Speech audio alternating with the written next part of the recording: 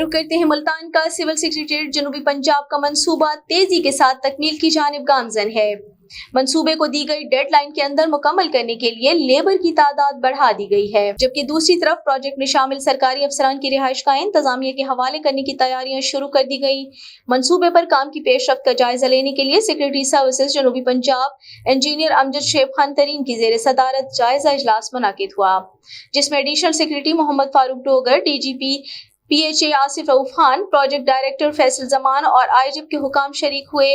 Secretary services जनूबी पंजाब ने मंसूबे की टाइमलाइन का रोजाना की बुनियाद पर जायजा लेने का हुक्म दिया और कहा कि चीफ सेक्रेटरी पंजाब और additional chief secretary south Punjab की जानिब से दी गई डेडलाइन के अंदर मंसूबा मुकम्मल किया जाए। उन्होंने कहा कि PHA लैंडस्केपिंग बारे वर्किंग प्लान पेश करे, जबकि IDP साइट पर PHA को वाटर और इलेक्ट्रिक कनेक्शन की सहूलत फराहम करे। सरकारी अफसरान की रिहाइशगाहें 31 अक्टूबर तक इंतजामिया के हवाले कर दी जाएंगी, जबकि सेक्रेटरीट का प्रोजेक्ट 31 दिसंबर तक मुकम्मल कर लिया जाएगा।